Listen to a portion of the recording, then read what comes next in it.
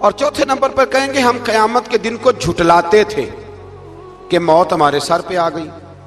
یہ 4 کام ہیں جو جہنم میں جانے کا سبب بنیں گے۔ نماز نہ پڑھنا، پہلا کام مسکین کو کھانا نہ کھلانا، اور تیسرا لغو اور فضول کاموں میں مشغول رہنا، بالکل کسی کوئی فائدہ ہی نہیں وہ کام کرتے رہنا، بالکل بے معنی بے مقصد کام کرنا۔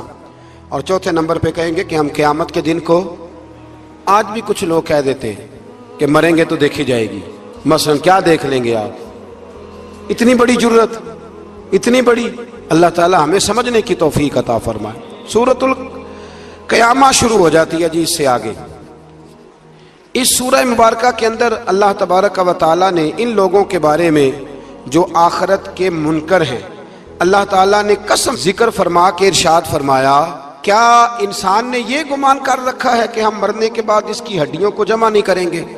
کیوں نہیں، ہم اس بات پر قادر ہیں کہ ان کی انگلیوں کے پورے جیسے پہلے تھے ویسے ہی بنا دیں گے، یعنی انگلیاں تک تمہاری جمع کر لی جائیں گی، انگلیاں تک۔ قیامت کے دن تمہیں کسی کی قبر کھلی تو اس کو دیکھا کہ ہڈیوں کا پنجر بن گیا، لیکن اللہ اسے بھی قیامت میں جمع فرمائے گا دوبارہ سے۔ اور وہ مثال میں 3-4 پارے میں دے چکا ہوں، جب حضرت ابراہیم علیہ السلام نے جانوروں کا، پرندوں کا قیمہ کر کے رکھا تھا اور کہا پکاریے، تو وہ سارے اپنے پروں پر دوڑتے ہوئے حاضر ہو گئے تھے۔ آگے سورہ دہر شروع ہوتی ہے، سورہ دہر، یہ 29واں پارہ ہے، اور اس میں صورتیں اگرچہ چھوٹی چھوٹی ہیں پر کیا بات ہے سب صورتوں کی، ہر سورہ مبارکہ بڑی اپنے اندر امتیازی شان رکھتی ہے۔ سورہ دہر میں فرمایا حل اتی علی الانسان حین من الدہر لم یکن شیئا مذکورا، فرمایا بے شک گزرا ہے انسان پر زمانہ ایک ایسا کہ جب وہ کوئی قابل ذکر چیز نہیں تھا۔ ایک وقت تھا کہ جب کوئی اس کا ذکر تھا کہ نہیں، وہ وقت بھی جب نہ نام تھا نہ ولدیت تھی۔ پھر دنیا میں آ کے لوگ سمجھتے ہیں کہ میں اٹھتا ہوں تو زمانہ اٹھتا ہے، میں بیٹھتا ہوں تو زمانہ میری وجہ سے نظام چلتا ہے۔ تو اللہ فرماتا ہے حین من الدہر لم یکن شیئا مذکورا، تیرا تو ذکر ہی کوئی نہیں تھا، تو جانتا ہی کوئی نہیں تھا، یہ تو رب نے تجھے پیدا کیا ہے۔ اب تو سمجھتا ہے کہ میں کوئی چیز ہوں۔ بڑے بڑے لوگوں کی قبروں پہ جاؤ، کوئی پوچھنے والا نہیں، کوئی نہیں۔ وہ جو کہہ دیتے تھے تو قانون بنتا تھا، قانون جن کے سائن کرنے سے لوگ پھانسی سے بچ بھی جاتے تھے اور پھانسی لگ بھی جاتے تھے، آج ان کا جاننے پہچاننے والا کوئی نہیں۔ تو انسان نا بھول جاتا ہے۔ ایک دور وہ بھی ہوتا ہے جب بس میں بیٹھنے کو جگہ کوئی نہیں دیتا، اور ایک دور وہ بھی ہوتا ہے کہ درجنوں کاریں لے کے لوگ گلیوں میں کھڑے ہوتے ہیں۔ انسان کو سارے وقت یاد رکھنے چاہیے، اسے بھولنا۔ حضور علیہ السلام اکثر فرمایا کرتے تھے کہ میں تو اس ماں کا بیٹا ہوں جو گوشت کے خشک ٹکڑے کھا کے بھی گزارا کر لیتی تھی، گوشت کے خشک ٹکڑے کھا کے بھی گزارا کر لیتی تھی۔ اور حضرت عمر فاروق کی زبان پر یہ جملہ ساری عمر رہا کہ میں اونٹ چرانے والے کا بیٹا ہوں، یعنی ساری زندگی رہا۔ لوگ بھول جاتے۔ محمود غزنوی نے ایاز کو بڑا نوازا، لوگوں نے شکایت کی کہ ایاز تو آپ سے تحفے لے لے کے تو جنگل میں جمع کر رہا ہے دولت۔ محمود کہنے لگے تمہیں کیسے پتا؟ کہنے لگے عصر کے بعد کہاں جاتا ہے روز، پتا ہے؟ لگا نہیں، تو کہا پھر آپ کو آج تک یہ نہیں پتا کہ عصر؟ محمود کہنے لگے واقعی یار اس نے کبھی بتایا نہیں عصر کے بعد کہاں ہوتا ہے۔ عصر کی نماز پڑھ کے محمود ایاز کے پیچھے پیچھے گئے تو جنگل میں جا کے نا ایک جھونپڑی اندر سے کنڈی لگا لی، سپاہی ساتھ تھے۔ محمود نے غصے سے دروازہ بجایا، کھٹکھٹایا، اور یاز نے جھٹ سے دروازہ کھولا۔ محمود دھکا دے کے اندر گئے تو دیکھا تو ایک پھٹی ہوئی چٹائی، ایک پرانا کرتا، ٹوٹے ہوئے جوتے، ایک پگڑی اور تھوڑا سا نا سامان ہلکا پھلکا بکھرا پڑا ہے۔ یہ کیا ہے؟ کیوں آتے ہو یہاں؟ بتایا کیوں نہیں؟ تو یاز کہنے لگے بادشاہ میں یہاں نا روزانہ اپنی اوقات یاد کرنے آتا۔ کیا مطلب؟ کہنے لگے جب میں تیرے پاس آیا تھا تو یہ والا میں نے پہنا ہوا تھا لباس، یہ میرے گھر کی کل مالیت تھی، تو بادشاہ ہے، آج اگر تو ناراض ہو جائے تو کون پوچھ سکتا ہے؟ میں روز آ کے اپنی اوقات یاد کرتا ہوں کہ دوبارہ اگر یہاں آنا پڑے تو مجھے مشکل نہ ہو۔ ملا رومی سے کسی نے کہا تھا خشیت کیا ہوتی ہے؟ تو آپ فرمانے لگے ایک مانگنے والی سے ایک بادشاہ نے نکاح کر لیا تھا، مانگتی تھی، بادشاہ کو پسند آ گئی، شادی ہو گئی، تو سارا دن روتی تھی، سارا دن روتی تھی۔ تو اس کی کنیزیں اس سے کہنے لگی کہ بس بھی کر، اللہ کا شکر بھی ادا کر، اتنا تجھے اللہ نے نواز، تو روتی رہتی ہے۔ تو کہنے لگی اس لیے نہیں روتی، روتی اس لیے ہوں کہ میں اس قابل نہیں تھی، اور ڈرتی اس بات سے ہوں کہ کہیں میرا سائیں ناراض نہ ہو جائے، میں تے گلیاں دا روڑا کوڑا، میں گلیاں دا روڑا کوڑا، تے مینوں محل چڑھایا، مینوں محل چڑھایا۔ ایک میرا سنگی نا بڑا مہنگا سویٹر لے آیا میرے لیے، کچھ زیادہ ہی مہنگا تھا وہ، میں نے اسے کہا یار یہ رکھ لے تو، کہنے لگے ہم لے آئے تو بس قبول کریں۔ تو میں نے کہا میری اماں نا کروشیے سے میرے لیے سویٹر بناتی تھی، کروشیے کی ٹوپی، پتہ نہیں کروشیے کا بھی نئی نسل کو پتہ ہو کہ نہ ہو، تو وہ اماں جی نے بنا کے دیا، تو پھر اس کے بعد میرے چھوٹے بھائی نے بھی پہنا، پھر میرا ایک بھانجا لے گیا چھوٹا، اس نے بھی پہنا۔ تو وہ اتنا مزیدار ہوتا تھا، اتنا شاندار ہوتا تھا کہ جو دھاگے اس میں لگے ہوئے تھے وہ دوبارہ کسی اور جگہ نظر، وہ کہیں اور میسر۔ تو اپنی اصل جو ہوتی ہے اس کا خیال رکھیں، اس کا دھیان کریں، اس پر توجہ کریں، اس پر ضرور غور کریں، یہ بڑی اہم بات۔ بہرحال اس پر بڑی باتیں کہنے والی ہیں، لیکن میں آگے بڑھتا ہوں۔ سورہ دہر سے آگے سورہ مرسلات ہے۔ اس سورہ کے شروع میں آثار قیامت کا ذکر ہے۔